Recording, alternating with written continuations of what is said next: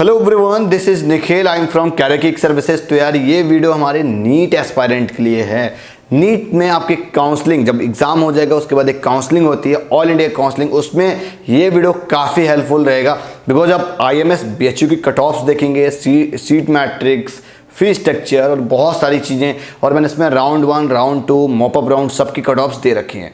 तो यार ये वीडियो आपके लिए काफ़ी हेल्पफुल रहेगा। तो प्लीज़ अगर आप इस चैनल पर पहली बार आए हो तो सब्सक्राइब करिएगा और वीडियो को लाइक करिएगा। तो हम कंटिन्यू कर लेते हैं। तो चलिए सबसे पहले हम इस पे जान लेते हैं इस कैंपस की एस्टैब्लिशमेंट कब हुई, इसकी एक्रीडिटेशन कहाँ से। बहुत सारी चीज़ें आप लोगों के मन में होंगी। तुम चलिए यहाँ से हमने सारी चीज़ें MCI की वेबसाइट से ली हुई हैं, ऑफिशियल वेबसाइट से लिया हुआ है। एस्टैब्लिशमेंट की बात करेंगे तो 1960 की एस्टैब्लिशमेंट है, वाराणसी में लोकेटेड है। कॉलेज टाइप की बात करेंगे तो ये डीम्ड यूनिवर्सिटी में से आता है, medical education and research institute भी है ये। यहाँ का जो MBBS कोर्स है काफ़ी पॉपुलर माना जाता है पूरे इंडिया में, बिकॉज डीम्ड यूनिवर्सिटी पहली चीज़। और दूसरी चीज़ ये कि इसकी फीस स्ट्रक्चर बहुत कम है। ऑलमोस्ट आप कह सकते हो मेडिकल अगर आपको इतने कम में मिल जाए तो बहुत बड़ी चीज़ है। तो अब हम यहाँ पर सबसे पहले बात करने वाले सीट कितनी टोटल। तो यहाँ पर टोटल नंबर ऑफ सीट्स हमारी 100 सीट्स अवेलेबल हैं IMS BHU में। यहाँ पर यार देखो, कोई भी गवर्नमेंट इंस्टीट्यूट हो, किसी भी तरह का कोई एक डायरेक्ट मोड नहीं होता है। जो भी होता है काउंसलिंग से ही आपकी सीट अलॉट होती है। फिलहाल गवर्नमेंट मेडिकल कॉलेज की मैं बात कर रहा हूँ, जो भी अलॉटमेंट आएगी काउंसलिंग से आती है। डायरेक्ट कोई सिस्टम नहीं है, ना ही कोई प्रोसीजर है। अब हम यहाँ पर बात करने वाले हैं इनकी फीस स्ट्रक्चर को। तो फीस इनकी 29,874 है। हॉस्टल फीस की अगर आप बात करोगे तो 189 रुपये पर मंथ है हॉस्टल फीस। तो हॉस्टल फीस बहुत कम है। ओवरऑल आपका 50,000 रुपीज़ खर्च होंगी हार्डली, और आपके बहुत सारे एक्सपेंसेस भी आप इस पर एड ऑन कर सकते हो पर ईयर का। अब हम यहाँ पर बात करने वाले हैं कट ऑफ की, जो कि सबसे ज़्यादा इंपॉर्टेंट है। तो मैंने राउंड 1, राउंड 2, राउंड 3 और मॉपअप राउंड की भी कट ऑफ ली हुई है। तो अगर हम सिंपली यहाँ पर बात करें कि सर ये स्टेट कोटा यहाँ पर मिलता है, नहीं, यहाँ पर जो भी सीट्स है 100 सीट्स है, सारी की सारी ऑल इंडिया काउंसलिंग में ही आती हैं। सारी की सारी सीट्स की ऑल इंडिया काउंसलिंग में पार्टिसिपेट करती हैं। स्टेट कोटा यहाँ पर नहीं है। हम यहाँ पर राउंड 1 की कट ऑफ्स देखेंगे। यहाँ पर मैंने ओपनिंग और क्लोजिंग रैंक लिख रखी है। जनरल कैटेगरी की अगर हम बात करें 63 ओपनिंग रैंक है, 479 क्लोजिंग रही थी लास्ट ईयर राउंड 1 में। अगर OBC कैंडिडेट की बात करें 349 ओपनिंग थी, क्लोजिंग 842 पर थी। SC कैटेगरी की 2013 पर ओपनिंग रही थी, 7396 पर क्लोजिंग रहा था लास्ट ईयर। राउंड 1 की मैं बात कर रहा हूँ। इसी तरीके आप ST कैटेगरी में भी देख सकते हो, क्लोजिंग 19,603 पर रही थी।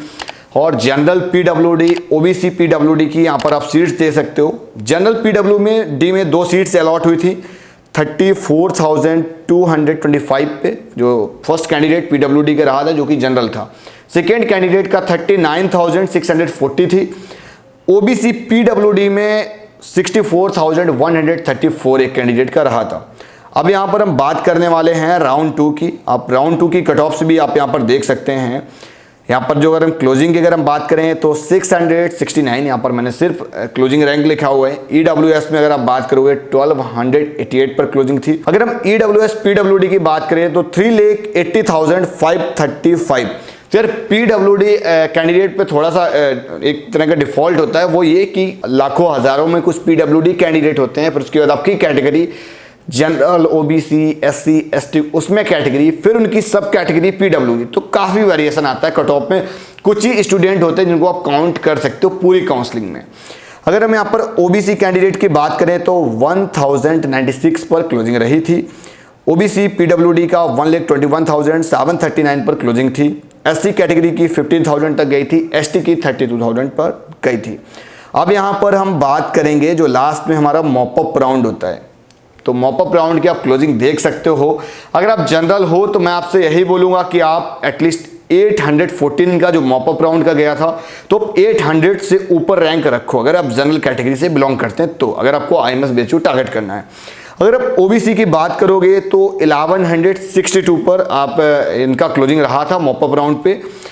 SC कैंडिडेट का 26,184 तो लास्ट सीट मतलब अलॉट हुई थी मॉपअप राउंड में। मॉपअप राउंड का मींस जो वैकेंट सीट रह जाती हैं, जो लास्ट में हार्डली 1-2 सीट रहती है कैटेगरी वाइज, ये वो अलॉटिंग की क्लोजिंग रैंक है। इसी तरीके आप ST कैटेगरी का भी देख सकते हो, 82,982 पर इनका क्लोजिंग रहा था। तो इस तरीके से इनकी सारी कट ऑफ्स हैं, आप देख सकते हैं। इस पीडीएफ का लिंक हम आपको डिस्क्रिप्शन पर दे देंगे, तो आप डाउनलोड कर देना।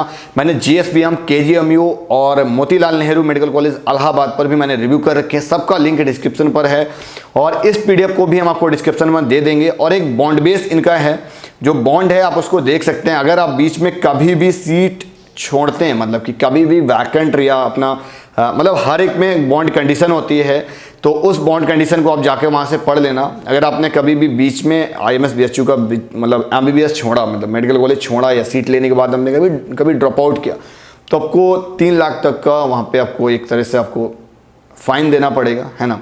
तो वो आप बॉन्ड पूरी तरीके से देख लेना, प्रॉपर बॉन्ड साइन होता है।